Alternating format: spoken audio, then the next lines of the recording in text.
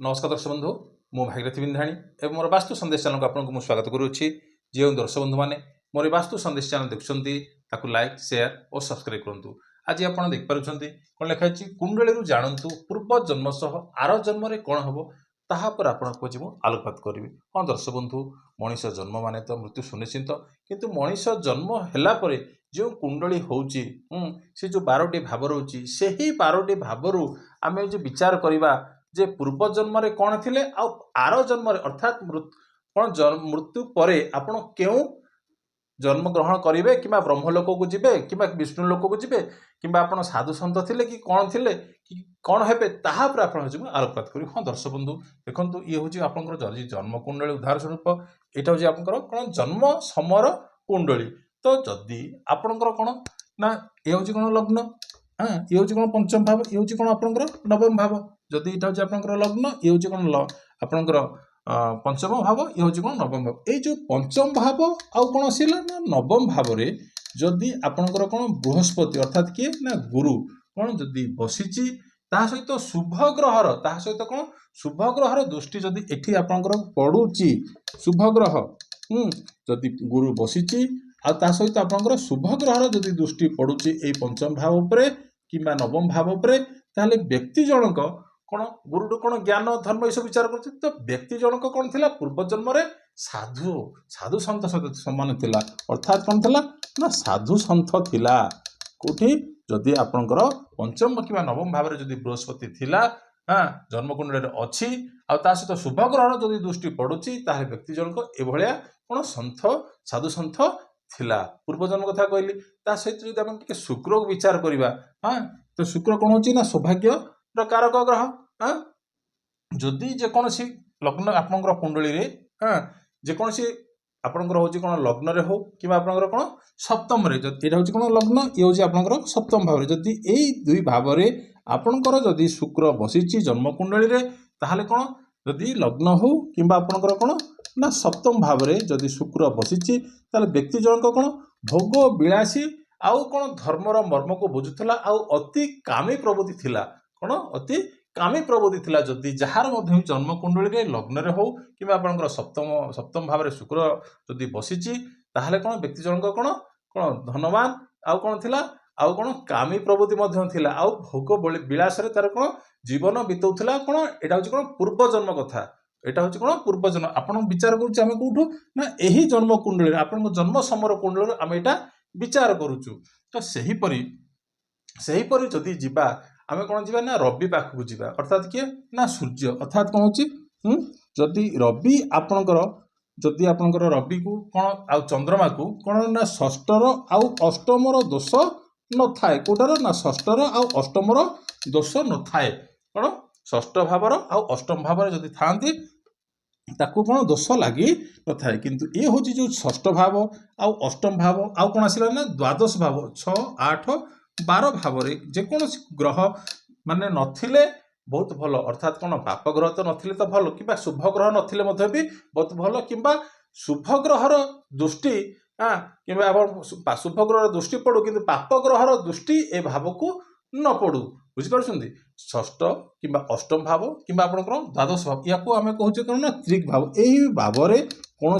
कौन ग्रह नथिबार अच्छी कि कौन पाप ग्रहर दृष्टि न पड़ुले ए भाव कौन हो बहुत भल कहीं आम कौन कौन षष्ठ रोग ऋण विचार करुचे अष्टम भाव आम कौन विचार करुचे ना मृत्यु विचार करुचे आउ कौन विचार ना गुप्त ज्ञान विचार करुचे जदि षष्ठ आउ अष्टम आउ द्वादश भाव जदि रवि बसीची आउ से कौन अच्छी ना नीच अवस्थार अच्छी बुझिपारुछन्ति जदि ग्रह एठी रवि नीच अवस्थार अच्छी पूर्व जन्म अर्थात कौन जन्म पूर्वर हाँ से व्यक्ति आम कौन विचार करुचे ना यही जन्म कुंडली देख विचार करुचे तारे बहुत लोक सी कौन हैरान हरकत करुला आउ बहुत पाप कार्य से भी कौन लिप्त थिला कौन थिले ना पाप कार्य से कौन लिप्त थिला आ बहुत लोक भी से कौन हैरान हरकत करुला आउ जदि जार जन्म कुंडली यही जन्म कुंडली जदि 4टी हो कि आपणकर कौन ना 5टी ग्रह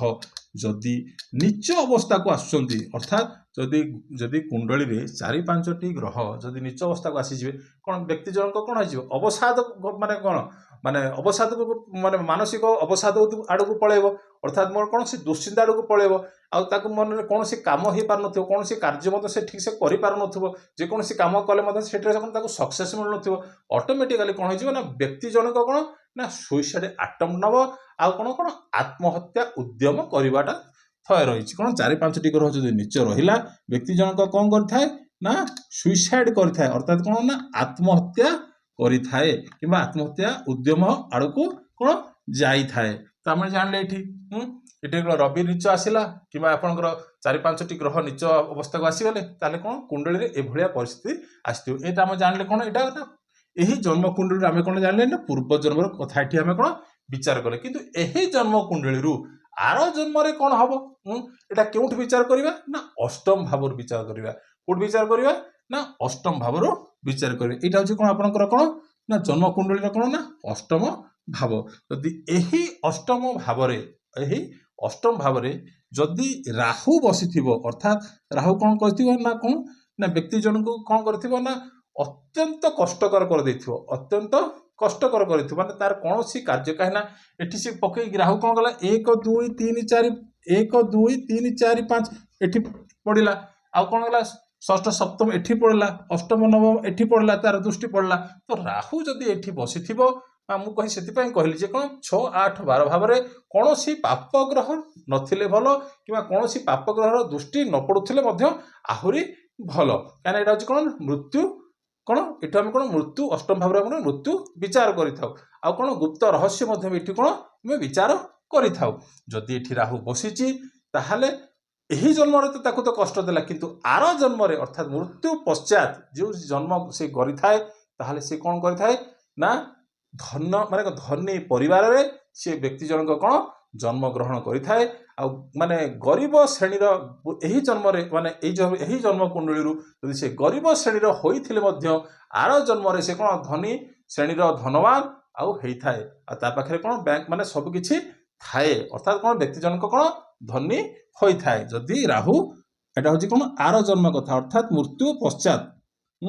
ତାହେଲେ ଏସବୁ ଜିନିଷ ଆପଣଙ୍କୁ କ'ଣ ଦେଖିବାକୁ ମିଳିବ ନିଶ୍ଚିତ, ଯଦି ଯାହାର ମଧ୍ୟ ବି ଏହି ଜନ୍ମରେ ଏହି ଜନ୍ମ କୁଣ୍ଡଳୀରେ ରାହୁ ଯଦି ଆପଣଙ୍କର ଏଠି ବସିଛି। ହେଲେ ମିଥୁନ ରାଶି ଆଉ କ'ଣ ମିଥୁନ ଲଗ୍ନ ହଉ କିମ୍ବା ଆପଣଙ୍କର କର୍କଟ ଲଗ୍ନ ହଉ, କ'ଣ ଏଠି ଲଗ୍ନରେ କ'ଣ ଆପଣଙ୍କର 3 ଅଙ୍କ ଲେଖା ହେଇଥିବ କିମ୍ବା ଆପଣଙ୍କର ଏଠି 4 ଅଙ୍କ ଲେଖା ହେଇଥିବ। ଯଦି ମିଥୁନ ଲଗ୍ନ କୁଣ୍ଡଳୀ ହଉ କିମ୍ବା ଆପଣଙ୍କର କର୍କଟ ଲଗ୍ନ କୁଣ୍ଡଳୀ ହଉ, ଯଦି ଶନିଙ୍କର ଦୃଷ୍ଟି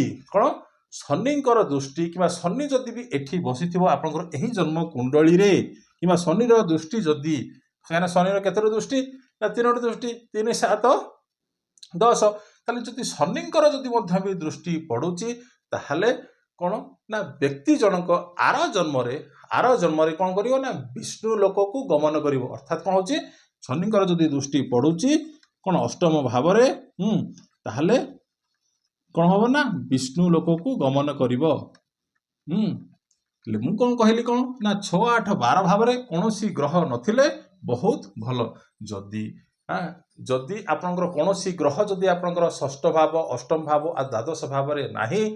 ଯଦି ଆପଣଙ୍କର ଜନ୍ମକୁଣ୍ଡଳୀରେ କୌଣସି ନାହିଁ, କିମ୍ବା କୌଣସି ପାପ ଗ୍ରହର ଦୃଷ୍ଟି ମଧ୍ୟ ବି କିମ୍ବା ଶୁଭ ଗ୍ରହର ଦୃଷ୍ଟି ପଡ଼ିଲେ ଚଳିବ, କିନ୍ତୁ ପାପ ଗ୍ରହର ଯଦି ଦୃଷ୍ଟି ନାହିଁ, ମୁଁ କହିବି କ'ଣ ବ୍ୟକ୍ତି ଜଣକ କ'ଣ ବ୍ରହ୍ମ ଲୋକକୁ ଗମନ କରିବ। କ'ଣ କରିବ ନା ବ୍ରହ୍ମ ଲୋକକୁ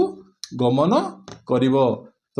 ଆପଣଙ୍କୁ ବୁଝେଇଲି ଯେ 6 8 12 ଭାବର ରହସ୍ୟ, ଆଉ ତା ସହିତ ରବି, ଆଉ ତା ସହିତ କ'ଣ ଆପଣଙ୍କର ରହିଲା ଗୁରୁ ଆଉ ଶୁକ୍ର। ତ ଏଇ ଯଦି ଥିବ ଜନ୍ମକୁଣ୍ଡଳୀରେ, ଏହି ଜନ୍ମକୁଣ୍ଡଳୀରେ ପୂର୍ବ ଜନ୍ମରେ କ'ଣ କରିଥିଲେ ଆଉ ଆର ଜନ୍ମରେ କ'ଣ ହବ, ତ ଆପଣଙ୍କ ସମ୍ମୁଖରେ ଉପସ୍ଥାପନା କଲି। ରହିଲି, ନମସ୍କାର।